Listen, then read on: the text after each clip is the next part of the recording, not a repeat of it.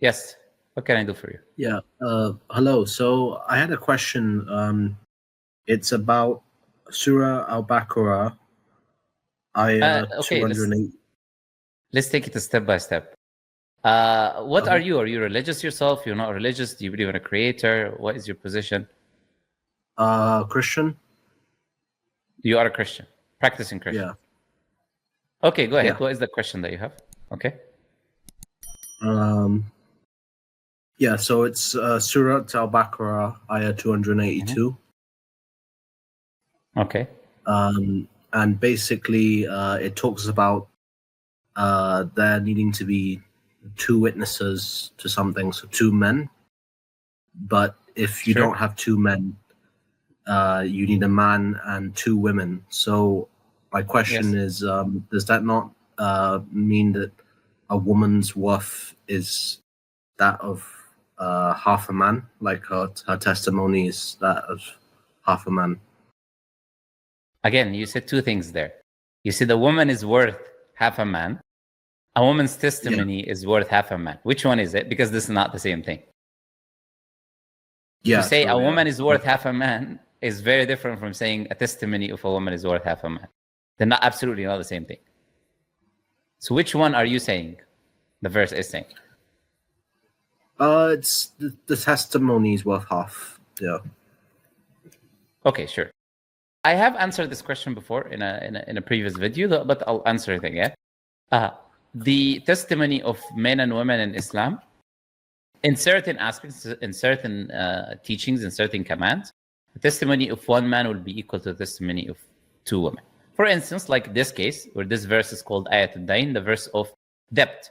So if there is a debt written and you need witnesses that you've took debt from someone, etc. So this is the issues of dealings and loaning and buying and selling, these issues. And these types of dealings, generally, the testimony of a man, because they have expertise in these fields and they deal with these fields more than women would deal with these fields. So a testimony of a man can be equal to 2 in a situation like this. Similarly, in a situation of hudud, let's say punitive laws and punishments, where emotions can get involved and can influence a woman's memory, essentially, of how things happen, etc., or her judgment generally, or her testimony. In this case, also, a testimony of a man can be equal to 2 women. But in other cases and scenarios and situations, a testimony of a woman can be taken over a testimony of a man. Not only that the testimony of like a man is equal to 2, no, and in certain cases, a testimony of a 1 woman will be taken over a testimony of 1 man. We have a narration of the Prophet ﷺ where there was a black slave woman, and her testimony was taken over a companion testimony. Someone who was a companion to Prophet Muhammad, who's an Arab, he's a free man, he was a companion. Her testimony was taken over his testimony. Why? Because the issue was to do with pregnancy and children and giving birth. So the issues where women are more familiar, just like we have in these cases, the issues with men are more familiar. You have a testimony of 1 man equal to 2 women. In issues where women are more familiar, the testimony can even be taken over the testimony of a man. So it just depends on the situation. And it is not like a rule that is applied in every case and scenario and situation, basically. But in the case of debt, with the verse specifically talking about that, yes, testimony is taken. And the verse mentions the reason. أن تضل إحداهما فتذكر إحداهما الأخرى. That maybe one of them would forget. These issues are not issues which they usually deal with normally, loaning and buying and selling, and this is not issues that they usually deal with. So if one woman forgets, the other one would remind her. That's it. But as well, women inherit half of what a man inherits, isn't it? That's incorrect. Where did you get that from? So in many cases, women will inherit more than men. For instance, the Quran talks about, all you have to do really is just to open and read the Quran, rather than what many people do, hear Islamophobic kind of things online and then think that the Quran actually says what they hear. I could have if you open the Quran, it was in Surah An-Nisa. I think Surah An-Nisa, it says you inherit half. Okay. So would you like to read Surah An-Nisa itself, that verse which will show you that you've not read the verse? Because the verse itself mentions different distributions in different cases.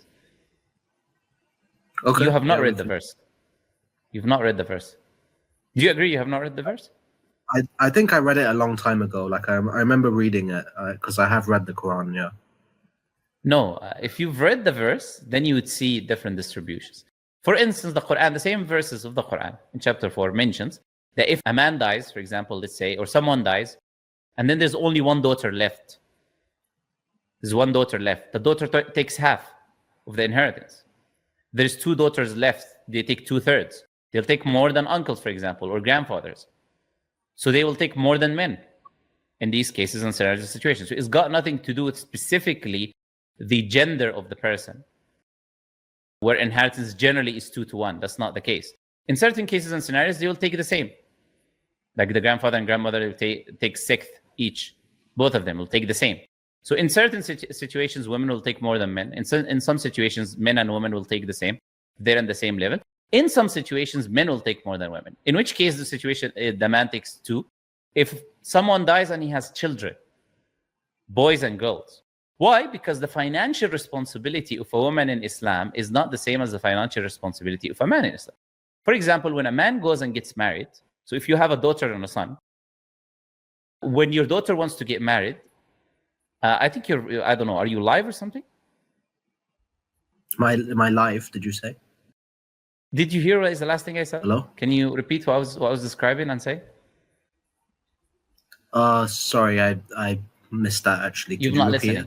Yeah. You're not listening. So can you tell me what you're doing while you're letting me speak and you're not listening to me at all? Oh, sorry, I was just reading the comments. Okay. No, so just ignore the chat completely. Yeah, the chat is irrelevant in this case. I said in the Quran, in chapter 4 of the Quran, Allah talks about different cases and scenarios. Some cases, for example, if there's only one daughter, she'll take half. If there's 2 daughters, they'll take 2/3. They'll take more than the grandmother and father, which will take, for example, 6 of the inheritance. So in some cases, the woman will take more. In other cases, they'll take equal. And in some cases, they will take less. In which cases do they take less? If you have 2, let's say you have a boy and a girl. This is one of the cases in which the man will take more. You have a boy and a girl, children. Now, if my daughter wants to get married, all that happens is a man comes, he offers her dowry, which is a marital gift, and he marries her. She has no financial burden from an Islamic point of view. After marriage, the man has the responsibility of taking care of her. So he'll provide for her the place of living, the sustenance, the food, the clothing, all of these things. Okay? So she has no financial burden from that aspect. If the girl is before marriage, then I'm the father, I'm supposed to provide for her. So the woman in every case and scenario, she's provided for by someone. If she becomes a mother and the husband dies, then the son provides for the mother. So in every case, the woman is provided for. Now, in the case of a man, there is a lot more financial responsibility. You are the one who's going to take care of the woman. You're going to spend on yourself and her. You are the one when you're getting married. You are the one who's going to bring the marital gift, the dowry. You are the one who's going to be working and need to have a financial burden to take care of your family or your sister. So because of that, because the responsibilities, the financial responsibilities are not the same, the man would take more than the woman would take in that case of inheritance. But that's only one scenario, for example, or few scenarios in which the man will have more financial burden and responsibility than the woman. But as I said, in other cases, the women will take more, and in some cases, they will take equal. So it is not the case as you claimed, that the men take more, 2 times the women in inheritance. That's not true. That's simply false. Okay. Yeah. All right. Now, okay, I have a question for you now. So you are a Christian, you said, and you care a lot about women. Is that what you're trying to tell me? Are you like a feminist or something? Because I would see you like why women are asking these questions, but for a man to be asking these questions, I want to know what's the purpose behind asking these questions. Can you enlighten me? Well, I would say I am a feminist. Yeah, actually, I would. Yeah. You are a feminist, yeah, and you believe Christianity. And you believe. So, can you tell me what is feminism? Do you understand what feminism is? I mean, it depends on which wave of feminism, isn't it? Like I'm not the one that you follow. Yeah, like I just believe equal rights. You know, obviously women's suffrage, things like that. So yeah. So you believe that men and women should be equal? Yeah, men and women should be equal. Yeah. Okay, and you said to me that you are a Christian. Yeah. All right. So your God, in this case, or your Bible, contradicts what you just said. For example, the Bible explicitly says in 1 Corinthians chapter 11, for example, verse 3, that the head of every woman is man. So that's not equality, is it? and the head of every man is Christ. So just like God is in charge and the head of every man, the man is the head of every woman, according to the Bible. In the Bible, like the men have headship. They are in charge of women, but they have to love the other side of that is that they have to love the women more than themselves, basically. But that's not equality that you just said you're for equality. That's not equality. Why is it not 50-50 in the Bible? Because you're a feminist and you love equality. It should be 50-50. Should be both of them are the head of the household, not 50-50, is it? Are you saying that you can't have equality if one has leadership? Is that would that? Because I'm not so sure that. Do you understand? Do you understand that's what logic is? One is a leader and one is a subordinate. They're not equal anymore, by definition. That's just common sense. I can see. Yeah, I see what you mean. Yeah, this is just common sense. Okay, in First Timothy, for example, let's look at the equality that the Bible offers. If we read First Timothy in the Bible, chapter 2, you start learning from verse 11. It says a woman should learn. Is this the one? This is the verse about. It's about feminism, huh? Women cannot preach or exercise authority over a man, isn't it? Yeah, not just that. Let's read it. Why we should read.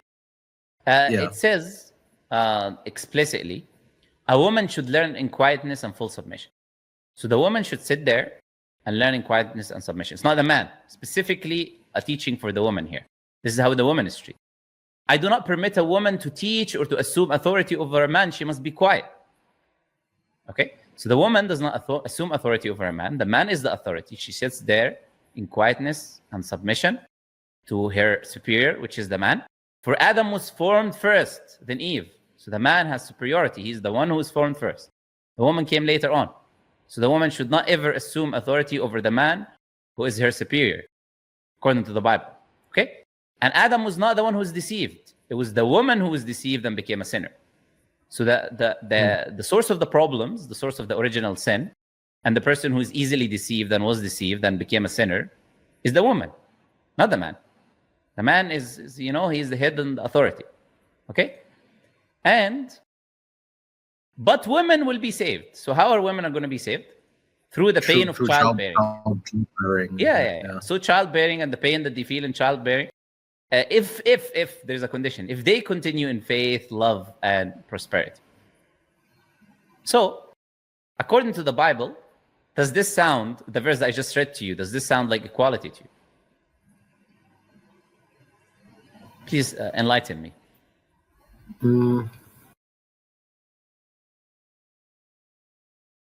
I mean, I think there's a theological view. I think it's called complementarianism or something, where men and women have different roles and stuff. So it's not that men and women aren't equal. It's just that like women are not meant to have leadership in the church and things like that.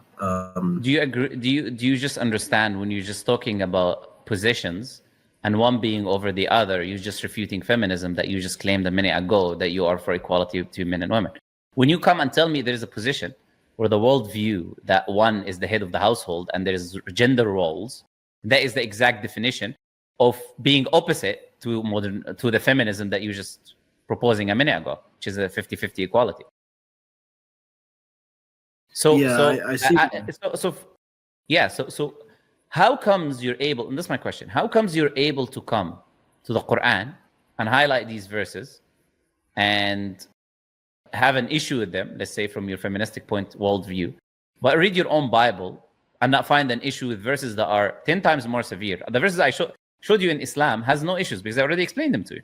It's not the way you understood them, you misunderstood. Now on the Bible, we've not misunderstood anything. The verses are clear. Now, reading these verses which are explicitly clear, how comes you're reading this and you have zero issues with it? But when you're reading verses in the Quran, somehow they are problematic.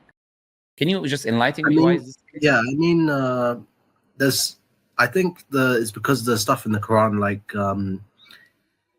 if I mean, for example, like the thing I said about the witness, the testimony, that's directly that a man has twice the value in testimony as a woman. Did we answer that this is wrong or not? Right? We answered that this is wrong. Yeah. But you have something worse.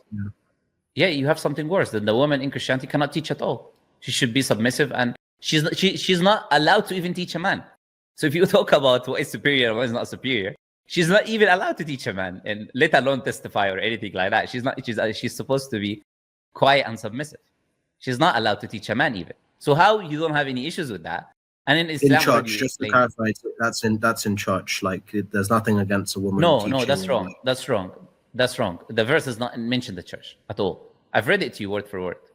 I've read for you. But I mean, the context is that's not true. Like that's not true. That you're talking about a different verse. This specific verses from beginning to end does not talk about the church, and they highlight why. Because it says why that women should learn in quietness and submission, because the man is the authority, and it gives justification that Adam was fallen first, and that the woman is the one deceived. So it gives you reasons why. So it has nothing to do with the church. It talks about the reasons why the woman is lesser than a man in this case. So she's not first. The man came first. She's not allowed to teach while the man is allowed to teach. She should sit down and learn and be quiet and submissive. For example, do you know is divorce allowed for women in Christianity? Is a woman allowed to divorce? If the man commits sexual immorality, yeah. No. If there's abuse. If there's abuse, no, it has to be one of them has committed sexual immorality. Well, specifically, you can divorce, but you can't remarry. This is if you want to divorce and remarry, there has to be sexual immorality. Yeah, sure. So you're telling me in your advocacy of feminism, you're okay that in your religion that a man can abuse a woman, but she's not allowed to get divorced from that man. Not only that, she's not allowed to marry anyone else. She's stuck now for the rest of her life with an abuser. So she lives with an abuser for the rest of her life, or alone for the rest of her life, just because she ended up marrying an abuser in Christianity. So essentially, that is the teaching that is in line with equality and feminism for you. The Bible says in Matthew 5:32, I'll read for you exactly what the Bible says. The Bible says, "But I say to you that everyone who divorces his wife except for sexual immorality makes her a victim of adultery." So if you divorce your wife for anything other than sexual immorality, she is a victim of adultery. So that's the only thing that you're able to do. You're only able to divorce for sexual immorality. And then it says, and whoever marries a divorced woman, not a man, whoever marries a divorced woman commits adultery. So it's adultery to marry the divorced woman. So where is the equality that you were proposing to us? So if you are a feminist, isn't it consistent that now you should have a problem with Christianity and not Islam? Yeah, I suppose that there are problematic things about Christianity in terms of equality as well. Yeah, I suppose so. No, not as well, because you've not provided anything from Islam. Whatever you provide, that responded to. But wait, did you not admit that at least in some circumstances, the woman's testimony is half? By another circumstances, the testimony of a woman is taken over a man. So that means that they both have different specific exemptions and different exceptional scenarios. So that doesn't mean anything that is one-sided. One side has something and the other doesn't have it. That's not the case. They both have different exceptional scenarios. So when the matters that they are more familiar with, like pregnancy and these issues, their testimony will be taking. The matters that men are more familiar with, their testimony is taking. So, and that's perfect sense. So there's no issues with that. Anyone who uses common sense will not have an issue with that for sure. Yeah. So, okay, can you tell me what kind of a Christian are you? Protestant. You're a feminist.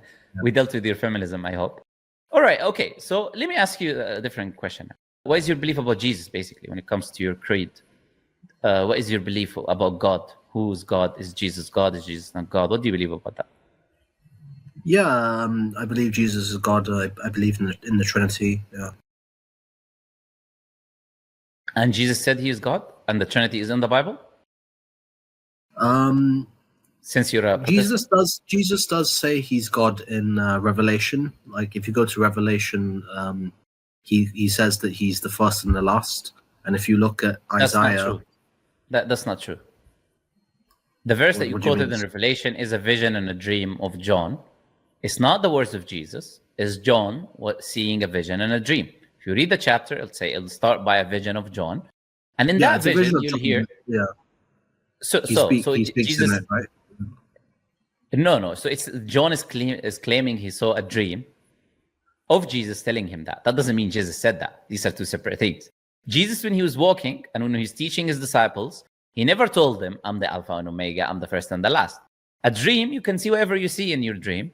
You can see, pink flying elephants or whatever you want to see. And Revelation is full, by the way, of metaphorical verses. I can bring you some now that you'll disagree with. So if I go to Revelation chapter 7, verse 1, where it talks about the four corners of the earth and every angel standing on each corner, you'd agree with me that the earth is not a table that has four corners, is it? So the vision of John does not support you. I asked you, did Jesus say he's God? And if we assume, because I'm a nice guy, you agree? Because I'm a nice guy, I'm going to say that, okay, let's accept that Jesus said that. Do you know that Jesus is not the only first and last in the Bible? So that does not mean he's God. Do you know who Melchizedek is? Yeah, Melchizedek, yeah. Do you know Melchizedek has no beginning, no end, no genealogy, no beginning of time, no end of days? Do you know that? I've heard of that, yeah. But some people claim that some people claim that Jesus is Melchizedek, though. No. In Hebrews 7, where it talks about Melchizedek, it says in the likeness of the Son of God. So if you're in the likeness of something, you're not that thing. So whoever claims that cannot claim that, because the scripture says that priest is like the Son of God. So he isn't the Son of God by definition. So those people are wrong, clearly, because the scripture contradicts what they said. So if we have Melchizedek, who has no beginning and has no genealogy, while Jesus has two genealogies, even if I accepted your interpretation of John, which is not true, by the way, because it's just a vision of John, Jesus never said that. But even if he did, that doesn't mean he's God, because then you'll have to say Melchizedek is another God. So where did Jesus say he's God? I mean, there's obviously the bit about before Abraham was I am, isn't it? Okay, sure. So do you know where that is? It's in John, isn't it? Where? Yeah. Before you search, I'll tell you. It's in John 8:58. Yeah. Now, John 8:58 specifically, which you just quoted, can you explain to me what does it mean before Abraham was I am? What does that mean? Explain it, because that's not proper English, is it? So what does it mean? So the Greek is ego eimi, isn't it? And it basically ego eimi, but ego eimi just means I am. Yeah. So I don't know, like when you put it together with before Abraham was I am. It says prem Abraham genetai ego eimi. That's what it says in the Greek. What does that mean?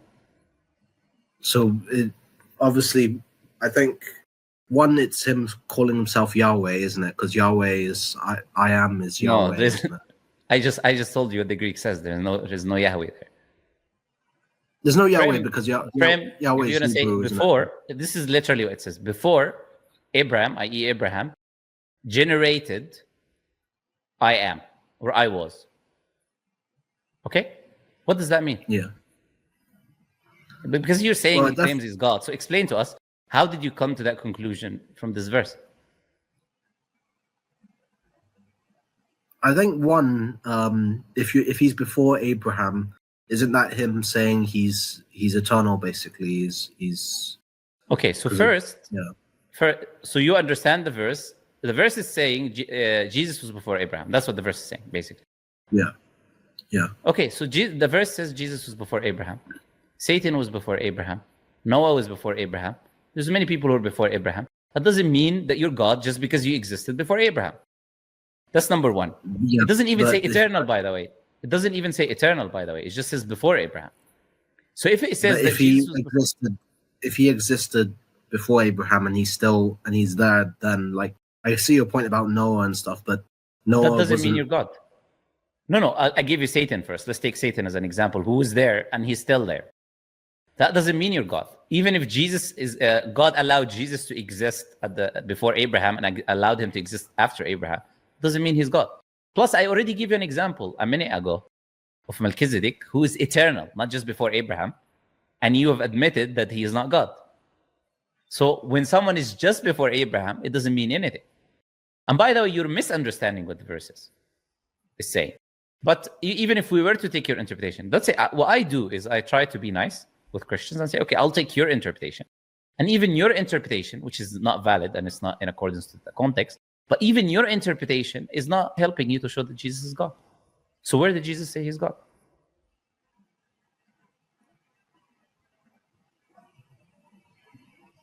So you don't think that the I am is a reference to Yahweh? So okay, let's take the other understanding. No problem. I know it's not, but let's hypothetically take the understanding again. Look, I'll be nice with you. I'll go with you wherever you want to go, right? So let's say the I am here is what some Christians would say, which is reference to they go back to the Old Testament and talk about Exodus, and Moses was speaking to God and said, "Who are you?" And then God told him, "Hey, Ashari." They will try to use that. So we'll say, okay, so if you say I am is the name of God, that is a claim of the other Christians that they use. I am is the name of God. Okay? So what we're going to do now, we'll take your interpretation and we'll change the word I am to God. Because I am is the name of God, so we'll change I am to God. So before Abraham was God. I completely agree with that. Where's the issue? Before Abraham was God. And that will make perfect sense within the context. Why would it make perfect sense? Because they were asking him about Abraham. And they were surprised that he knows about Abraham, where he didn't live to see Abraham. So he's telling them before Abraham was God. So God existed before Abraham, and God told me about Abraham. So I'm telling you about Abraham because God told me about Abraham. God was always there. So if I were to take your other understanding, it makes perfect sense and fits the context, and it has nothing to do with Jesus' divinity in this case. Yeah. So okay. Where did Jesus say he was God? The only thing I would say is I don't think he necessarily says he's God, but he doesn't have to, right? Because isn't that the exact word fallacy, like about having him say he is God? Like, why can't sure. So now other people? Yeah. So now we have something called changing the goalpost. In the beginning, I asked you. That's the fallacy you're committing now. Not we're asking him to say God. The fallacy is called changing the goalpost. In the beginning, I asked you, did Jesus claim he was God? Then you said to me yes, and then you proceeded to provide the verses. When you proceeded to provide the verses, I did not tell you these verses do not say I am God. I did not tell you that. I said, what is your explanation? So I did not commit a fallacy of telling you, tell me exactly the words that I'm asking you for. I said, in which way are you claiming that he claimed to be God? Then you proceeded to provide the verses, and then I proceeded to explain to you why these verses do not show that he's God.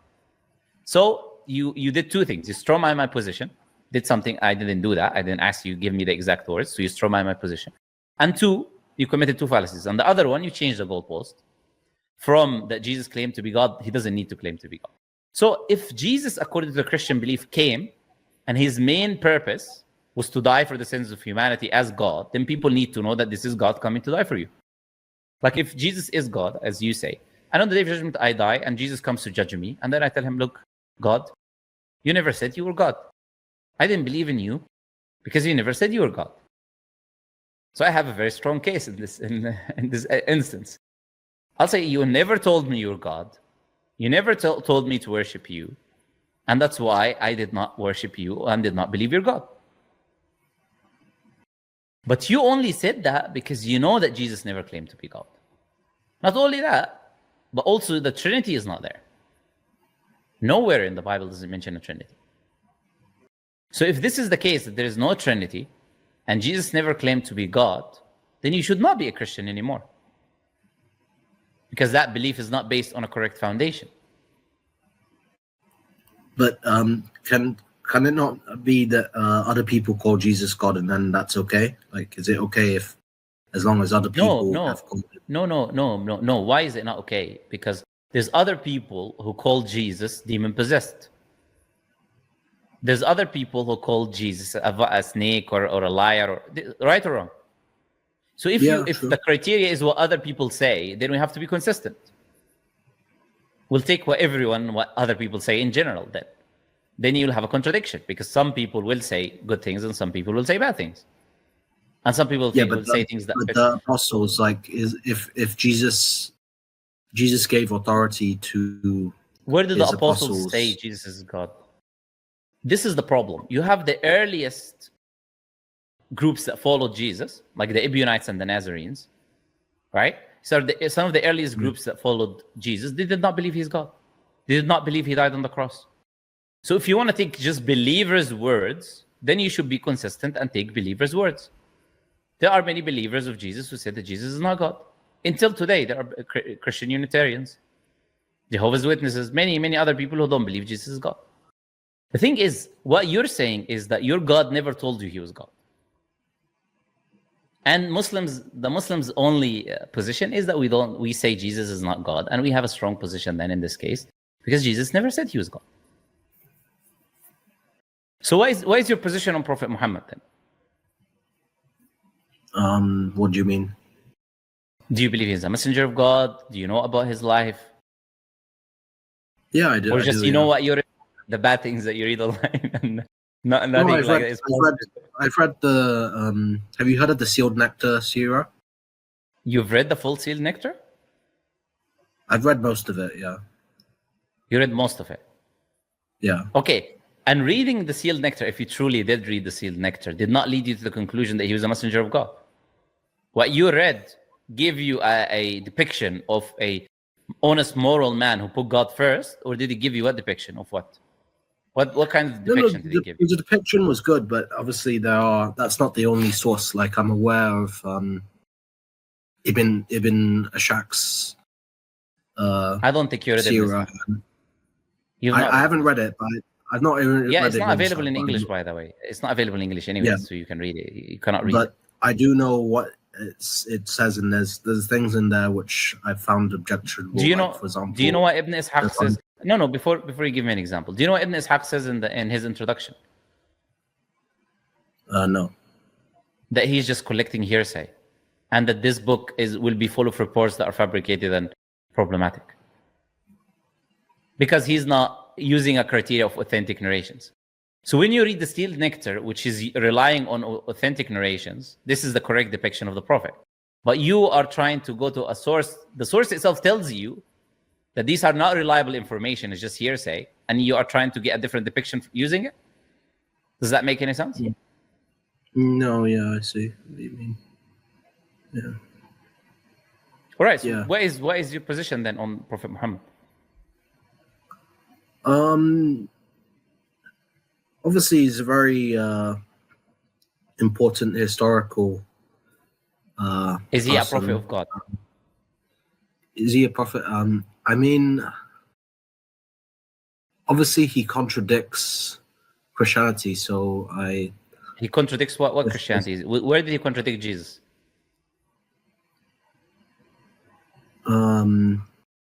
Isn't Christianity to follow Christ? So where did Prophet Muhammad contradict the teachings of Jesus about God?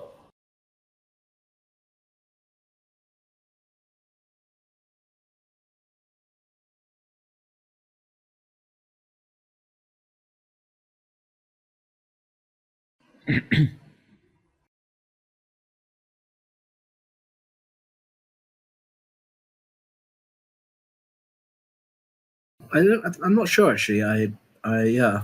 I think he doesn't. Jesus teaches there's one creator, and you should worship that creator, and you should pray to that creator alone, and that you should be good to your neighbor, and you should give charity, and you fast, and you don't eat pork, and you pray by falling on your face, which is the same thing that Prophet Muhammad taught. Same thing that Moses taught, the same thing that Abraham taught. Now, what the church taught you later on, which is the Trinity, was never the teachings of Jesus to begin with. So there is no contradiction between the teachings of Prophet Muhammad, in this case about God, and Jesus. Yeah, I see what you mean, yeah. Then you should accept Prophet Muhammad as the messenger of God, since you said the depiction of him is an honest man. and he was teaching people to believe in Jesus, and that you cannot be a Muslim except if you believe in Jesus, Moses, Noah, Abraham, and the previous scriptures. Doesn't that make sense then? It does, but I don't know. Like I've read a lot about like the things Muhammad's done, and it doesn't seem like certain things don't seem right. Like okay, before you give me an example again, if Prophet Muhammad done things, do you believe that David was a prophet of God? Yeah, I do. Yeah. Do you know what David did? Yeah. Well, you mean according to Christianity, right? According to the Bible, yes. Yeah. Yeah, committed adultery and killed a man. Yeah. Okay. Do you know what Lot did? Lot. Yeah. Yes. Do you know that Lot is called the righteous man in the Bible? And he's a prophet as well. Yeah. Yeah. So isn't that hypocrisy that you're now about to bring a moral issue about Prophet Muhammad while you believe in prophets that had incest with their own daughters and committed adultery, killing men and but isn't there a difference? Worshipping other than God. To you guys, you believe that prophets are infallible, right? No, but we're not talking about us. We're talking about you. We don't believe any of the prophets did these things that I'm telling you. But I'm showing you you're not consistent and you're not sincere. Because if you were consistent and sincere, you would apply the same standard to all the prophets. You would not use a criteria to reject Prophet Muhammad that you don't apply for other prophets of God. Or that shows you're not sincere.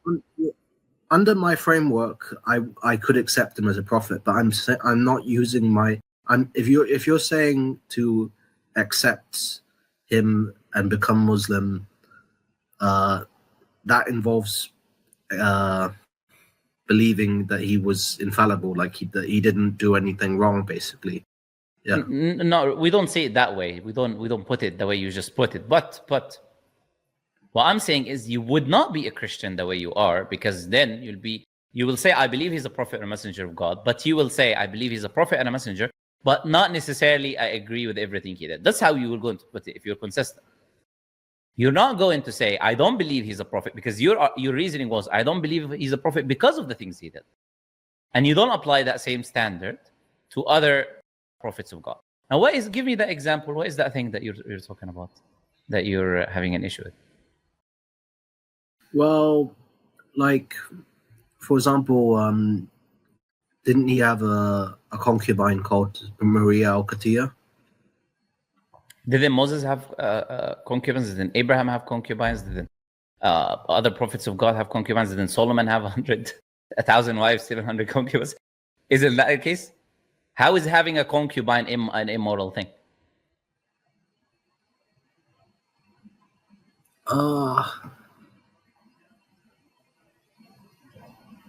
Again, it's not. If we're going with my framework, my paradigm, yeah, I agree with you. No, any framework. Right. If morality comes from God, the one who determines what is morally right and morally wrong is God. So if you accept Prophet Muhammad as a messenger, then the morality of Islam, not only the morality of Christianity, but the morality of Islam says that having concubines is not an immoral thing. Captives of war, essentially. So there's no argument there. Whether it is on an Islamic point of view or a Christian point of view, there is no argument there. But aren't there like problematic things with like consent and stuff, isn't it? Because I know that we are not the one who set moralities. If you get your morality from liberal standards, then that's a different story. But we agree already that morality objectively comes from God. So if God allows something, and that thing is from God, then that thing is objectively morally correct. And liberal moral standards, which are not objective, are not to be used as a criteria, which is what you're trying to do in this case. Right, yeah. Okay, so this is I'm going to leave you with this and say that if there's any sincerity in you, you will have to come to the conclusion that you have to follow Prophet Muhammad as a messenger of God, because he came with the same message. He does not contradict what the previous prophets did. There's nothing that he did wrong that you can demonstrate, or anybody can demonstrate, on an objective moral framework that the prophet did anything wrong. So he came with the same message. He was a truthful, honest man, the best among his people without a shadow of a doubt. And that biography, if you read it, you'd have come to that conclusion. Anyways, Tyson, I'll let you go because we've been talking for a while. And I believe I did answer the questions that you came with. I did allow you to ask in the beginning. Anyways. All right, Tyson. Okay. Hopefully Thanks. Allah guides you and you become sincere and consistent with yourself, because nothing will save you when you die. Your inconsistency, your biases are not going to save you from what is true and what is not. All right, Tyson. Bye-bye.